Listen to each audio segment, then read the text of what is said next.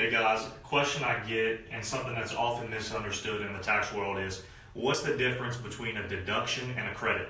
And I hear this said wrong all the time from news reporters to people I do business with. So I'm going to give you a quick kind of rundown on the differences. So let's give you a simple example. You make $50,000 and you have $10,000 in mortgage interest, which is a common deduction or what some people call a write-off.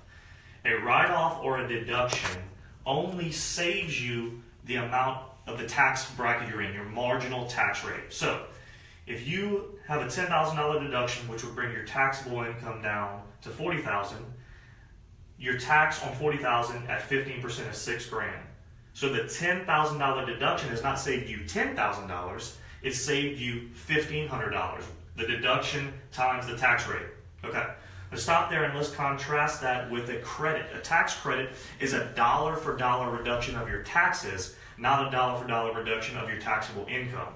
So let's say you have the dependent care credit, which is very common for working families that have two people working and they send their kids to daycare. You normally get $600 credit per child. So let's say you have two kids.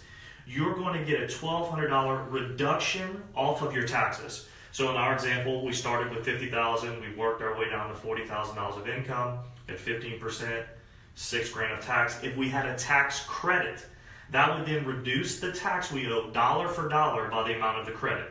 So in this example, a $1,200 credit gets us down to a $800 tax liability.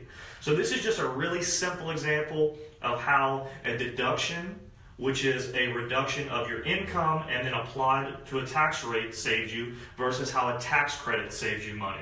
So again, often misunderstood. Here's a really quick, easy example that you can kind of store away in case you're ever thinking about these things. As always, if you got questions, shoot me a message on Facebook. Have a great day.